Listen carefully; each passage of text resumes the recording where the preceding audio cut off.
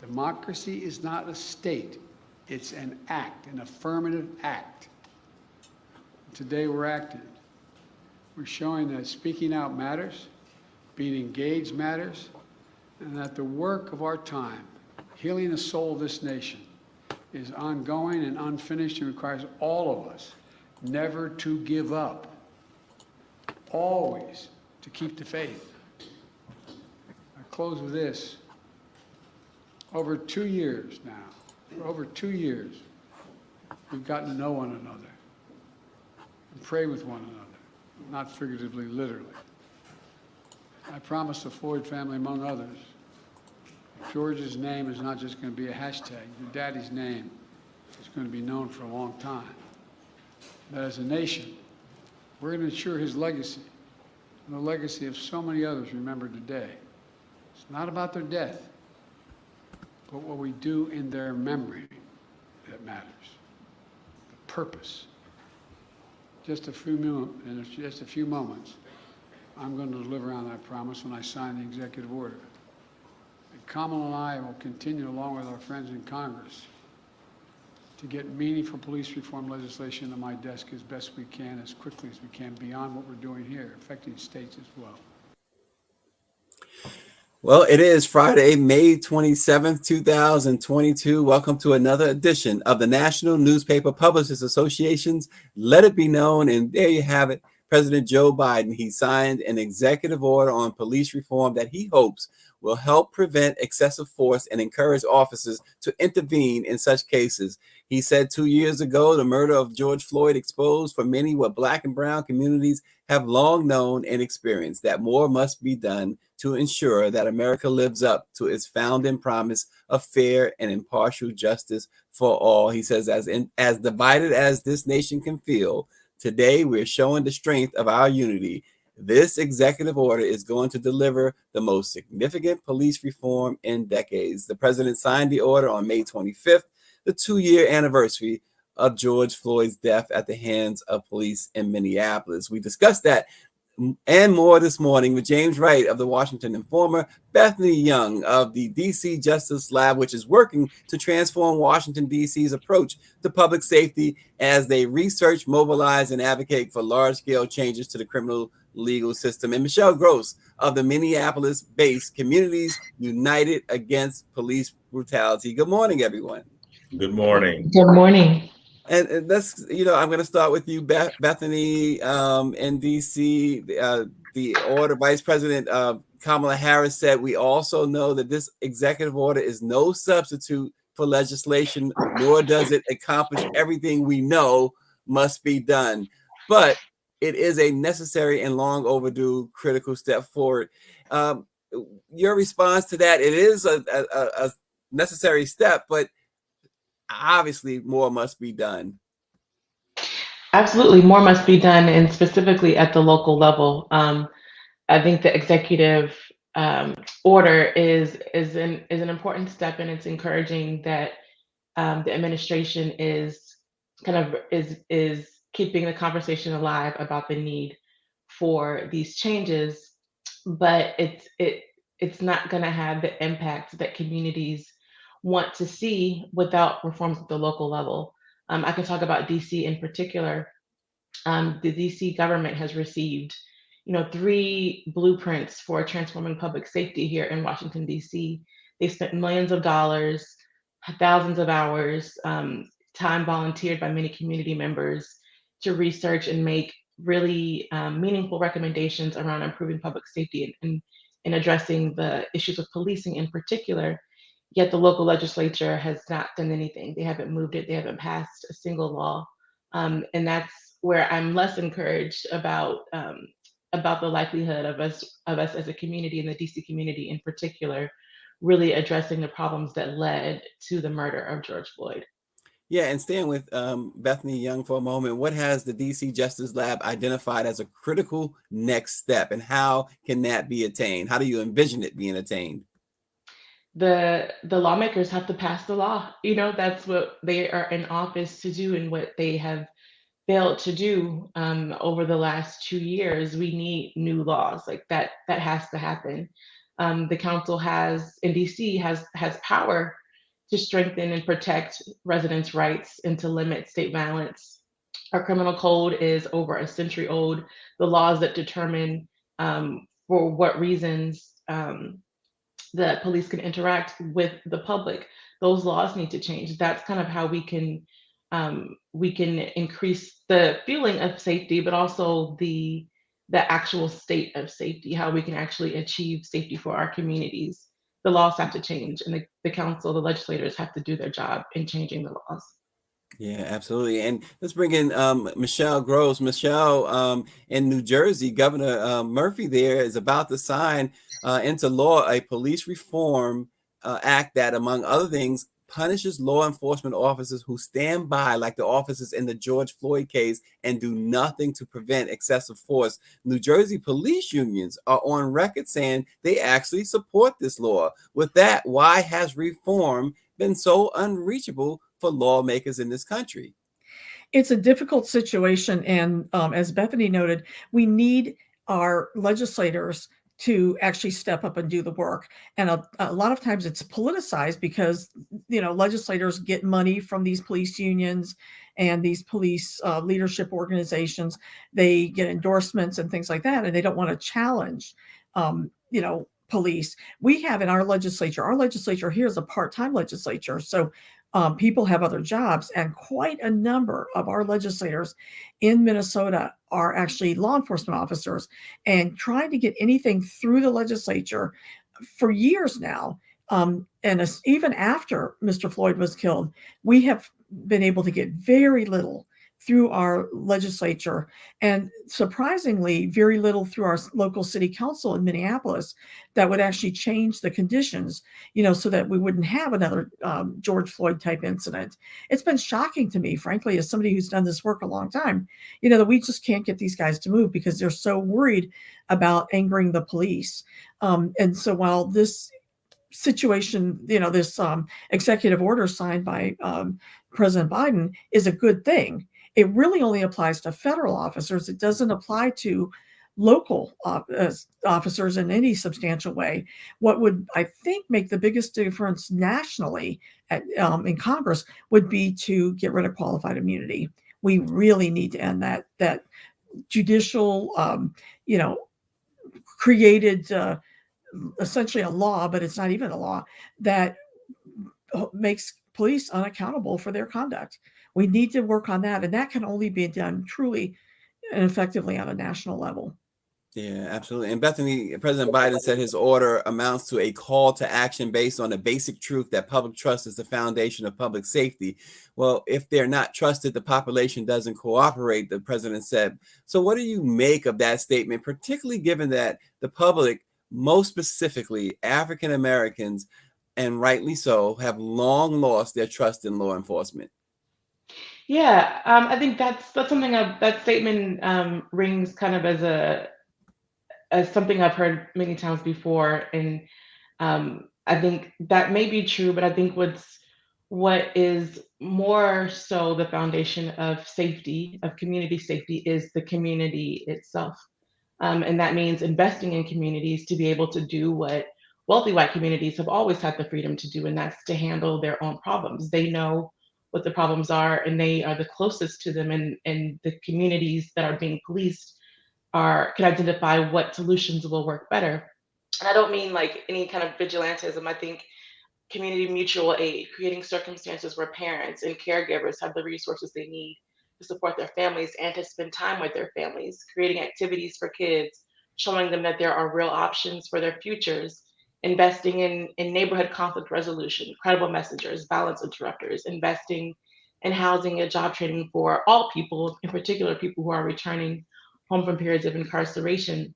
Wealthy white communities have never had to sacrifice freedom for safety, but that's the ultimatum that Black communities are getting decade after decade. And if there's time, I'd love to talk about that, the bystander law, if that's okay. Yeah, go ahead. Yeah, but these bystander laws are important, but most police departments will tell you that's already a part of Yes. departmental policy. And I'll use DC as an example. In DC, I believe there are at least 10 pending lawsuits from officers against the department itself, many of which stem from allegations of retaliation for doing just that, for being witnessing, being a bystander and witnessing some abuse by fellow officers and calling them on it. The most recent case came when a captain in the police department tried to call off a police chase, which already is against department policy. He was ignored by the officers reporting to him and then humiliated by his superior for calling off that order. The officers didn't listen, and the chase resulted in a crash off the bridge in Virginia. So we hear this, that this is something that they're already doing, and it's important to pass these laws. But um, this is an indication of the departments are kind of operating in the shadows, still doing what they want with very little accountability. So this is a step towards that, and it's important to enshrine these policies in law. But we have to figure out how to make sure that these departments are actually doing it. Yeah, and one of the things that this executive order does, James, is it establishes a national accountability database, which will act as a repository of official records documenting instances of law enforcement officers' misconduct, such as decertifications, terminations, civil judgments, resignations, or retirements while under investigation for serious misconduct or sustained complaints, or records of disciplinary action based on findings of serious misconduct. Shouldn't their records, and short, the records of these officers, shouldn't that should already be the standard, right? We should know their record, and they should have been, if they've been disciplined before, if they've quit a job under suspicion of some sort of brutality or any crime, it should be made public, right? With me saying this, but I'm very nervous about this national this clearinghouse, as you just mentioned. I'm thinking about the right of privacy, and even though I understand that police officers, federal police officers in this instance, are employees and they are public employees, I'm very, very leery about this database that has all of these personnel actions out in the public like this. While I support the idea conceptually, I'm worried about how it will be laid out. And I think that even though these are police officers, they do have certain rights. And I just don't want to see this process abused. Besides, I am a fan of executive orders. Two of the most prominent executive orders in history were executed basically for the benefit of Black people. Well, the first one was the Emancipation Proclamation, which was an executive order by President Lincoln. The other was President Truman in 1948 issuing his executive order in terms of desegregating the military. But in terms of your point about this, I'll call it a clearinghouse. I support it conceptually, but it kind of makes me nervous. Well, you think about that, and I hear you, James.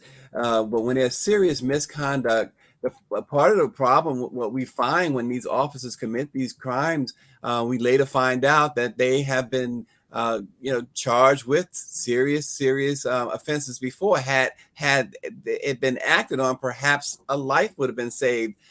It's too many lives being lost, Bethany, to be overly concerned about that, or is James right? Due process is always important, and we don't want anyone to be denied that right. The concerns around privacy and due process are concerns that we heard when the Police Reform Commission made this recommendation as well. And that protection is important. And also, the police have power beyond any other power that we give actors in our communities, the power of life and death and to take someone's freedom. I think that level of power requires a higher level of accountability, and that means that perhaps you are officers, would be subject to this, and members of the public, for less have had their records or indiscretions publicized or made available to the public. When men and women have been charged or accused of something and it's in the news, that's part of public record. But the people who have power of life or death and liberty in our communities, you know, need some special protection? I don't think so. I think the level of due process that is granted to us all should also apply. But I certainly think we do need this level of transparency about the records of officers in our communities. Yeah, Angela Connolly writes in that if a nurse makes a medical error, it's public knowledge under the Board of Nursing. Police should be held to the same standard. Bethany, before I go to Michelle, let me just stay with you for a second. Bethany, Michelle mentioned qualified immunity. Is qualified immunity something the DC Justice Lab supports, and what impact do you believe it would have? DC Justice Lab supports ending qualified immunity, certainly. Um, you can never make these families who have lost their relatives whole again. That's not something that money can do. However, there has to be a remedy. There has to be some some right to compensation for the damage that these acts are causing to families. So certainly, DC Justice Lab is in support of ending qualified immunity. Yeah, and I think also the idea behind qualified immunity is to act as a preventative measure. If an officer knows that he will be personally held accountable, his bank account will be affected, Yes. his pension will be affected, then perhaps he'll think twice. Michelle, at least 135 Minneapolis police officers have claimed PTSD and have received payouts on average of about $170,000 Mhm. each. Additionally, your organization has said that most of the cops who receive this payouts have been, quote unquote, the worst offenders in terms of Mhm. harming the community with long lists of complaints and lawsuits. First, what, if anything, is being done there to stop this? And second, look, what about the PTSD experience in communities of color after police brutality happens? Where's their PTSD payouts? Thank you for raising that. It's been a huge issue here. We not only are eager in this town to pay out people who have experienced harm by the police, and we should be, because these folks do deserve compensation. As Bethany said, it's never going to make these folks whole, these families, but they do deserve some compensation. But not only are we eager to do that without making any actual changes to prevent future cases, but we are now paying out, and it's in the neighborhood now of 150 cops, about $24.5 million so far. And some of these are just cops who've engaged in recent brutality, for whom people have won lawsuits against those cops, and they're just giving these guys a big bonus to go away on these, what I really believe are fake PTSD claims. Mhm. And there's the city. You ask what we're doing about it, not a darn thing. They are basically just paying out this money, and they're all, and then they're whining about the fact that we have like 300 less cops than we had before. But yet they're not doing anything to improve the quality of policing or to do anything really to address the problem. Now, one thing you had talked about is this database. Unfortunately, it's going to be optional whether police departments participate in this database. It should be mandatory, but in our own state, officers' records are public data in this state, and basically, even though that the data is public, it hasn't stopped anything. People have to know that Derek Chauvin had 26 complaints against him. Mhm. He had been involved in 4 prior deadly force incidents before he killed George Floyd. And so the fact that he had that record didn't hurt him in terms of being a supervisor. He was a sergeant. Didn't hurt him in terms of being a field training officer. Didn't hurt him in terms of him being in charge of off-duty work for that precinct. He had all the privileges in the world, even with a horrific record like that, because having that record, is important, but you've got to act on it. You can't just say, well, now we'll give you a list of these guys.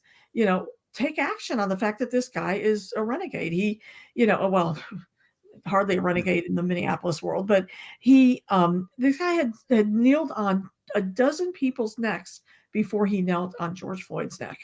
And so this guy had a reputation that was well known. As soon as the incident occurred, I knew who he was just seeing him on the video, because he was that bad of an actor. Wow, immediately knew, huh? Yes, I Wow. did. James, I'm going to bring you into the conversation with Bethany because the DC Council, according to the DC Justice Lab, the DC Council was presented with a list of 90 recommendations that were developed by its Police Reform Commission more than a year ago and not enacted. They have not enacted even one of them, right? And has there been any expression by counsel, Phil Mendelson, or anyone why this is the case? And isn't this one of the many obstacles to reform that we've been seeing? And I'll start with you, James, and we'll let Bethany weigh in on that as well. Well, Washington, D.C. has a reputation as a very liberal, progressive city, and it is in terms of national politics. But on the local level, you have these pockets of very strong pro-law enforcement communities that support the police no matter what they do. And a lot of people who don't live in the city don't understand that. Also, you have to understand that the police union in terms of politically here is very important because they do get involved politically. And because this is a smaller jurisdiction in terms of as a state level, they have more influence and sway in terms of police matters. This police reform that we had in the district was a good try. They made great recommendations, but I'd like to see them implemented, but I won't hold my breath because the police just has a lot of sway here in this very progressive liberal city. Yeah, well, Bethany, not to even implement one of those 90 recommendations, what does that say about the council?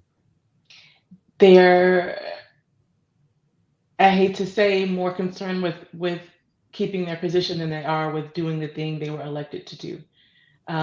We have people in power whose objective is to stay in power. I don't say that to say that they are not concerned with keeping our community safe and making sure that Black Washingtonians are not persecuted. I don't mean to say that, but it has not, that desire has not motivated them to act. Not only did they not pass any of the recommendations that were included in the commission's report, they haven't passed a single law in a year about public safety. The only law I believe that was passed was about flavored tobacco, and then that came through the committee that would have the purview over these community safety recommendations.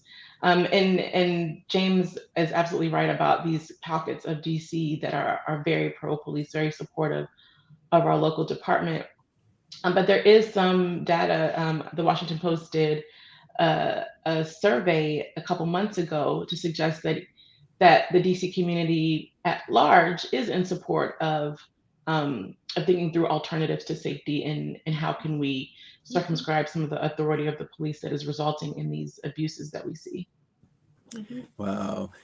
Bethany, I'm sorry, Michelle, I want to go to you now. I'm wearing Bethany out over here. But Michelle, overall, this executive order, give me your overall rating of this executive order. What can be done? What do you think could have been done to improve it? Or is it all the president could do? No, I think it's a good first step. But again, remember that it applies only to federal officers. It doesn't apply to local officers. And so it's not going to help us with our problems here. But that said, we had a gentleman here last June who was killed. In fact, we're almost up on the first anniversary of his killing. His name is Winston Smith. And he was killed by federal agents along with two of our county sheriffs. And they had no body cameras. They made a lot of claims about what happened, that he held a gun to the, up in his car or something like that. The woman that was in the car with him, who was the only witness that's disinterested witness, basically said, no, that was his cell phone. And it was announced a few months ago that there will be no actions taken against the police officers. There will be no prosecutions because and in fact, they won't even tell us the names of these officers, which is really outrageous because they had been deputized as sort of federal agents, if you will, at the time. And so literally it's like the federal agents and these deputized local cops can just murder a guy in cold blood in the middle of the day. He was in a car in a parking ramp, and they just murdered this guy outright. And there will be no consequences, nothing for the family or anything. And they can't even find out the names of the cops. So, to the degree that federal officers will now have to wear body cameras, I'm encouraged by that. But honestly, this is it's a tiny first step, because most of what they're doing is not mandatory. It's I do like the other piece of it where they're not able to give local agencies military equipment any longer, and I think that's a plus, because I got to tell you, living in this town where we've had high profile trials like the trial of Derek Chauvin, and seeing tanks roll down our streets makes you feel pretty powerless and pretty weird that cops are driving around in these armored vehicles and all of this stuff. It harkens to like a third world country or something, and we've had to tolerate a lot of that over the last 2 years. So I'm glad to see that they're going to maybe get out of the business of supplying that stuff to the officers. But kind of beyond that, there's just a whole lot more that needs to happen here locally and on the federal level, and this is just a tiny step in that direction.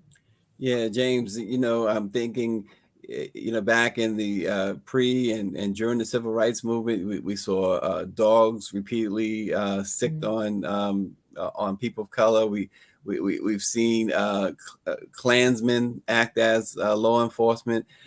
Now in this modern era, we're seeing cops shooting unarmed Black people and brown people constantly. And yet here we are in 2022, still asking for police reform, criminal justice reform.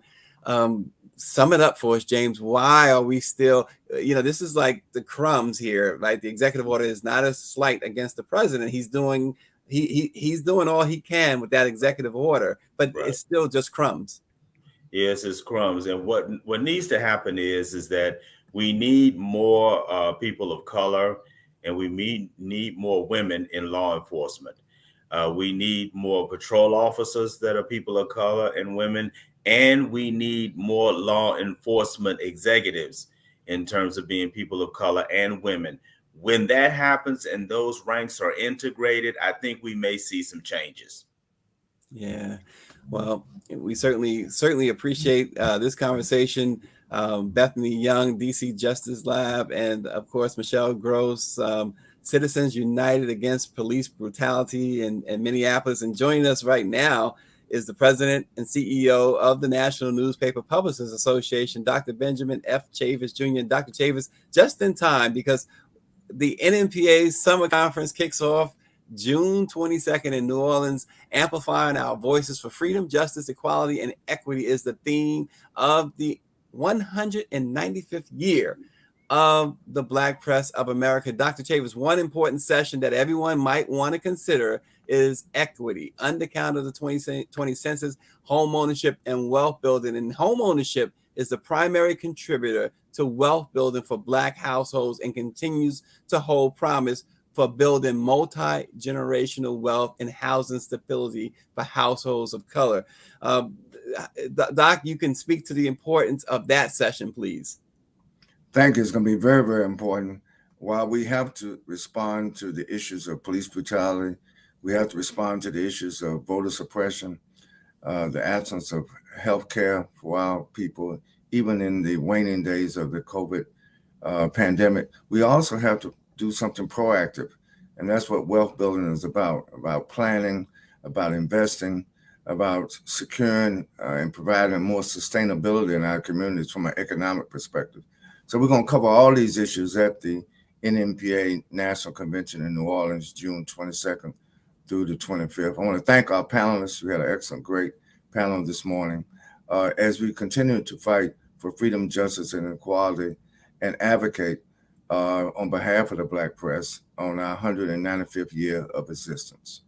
Yeah, and just to punctuate why that session at the convention is so important, wealth is not accruing equitably to Black homeowners due to a long history of structural barriers and added costs. Households with little to no wealth are far more vulnerable, during economic cycles, the COVID-19 pandemic has only served to widen racial home ownership and wealth gaps, which creates deep housing insecurity for households of color. So join us in New Orleans. Go to www-events,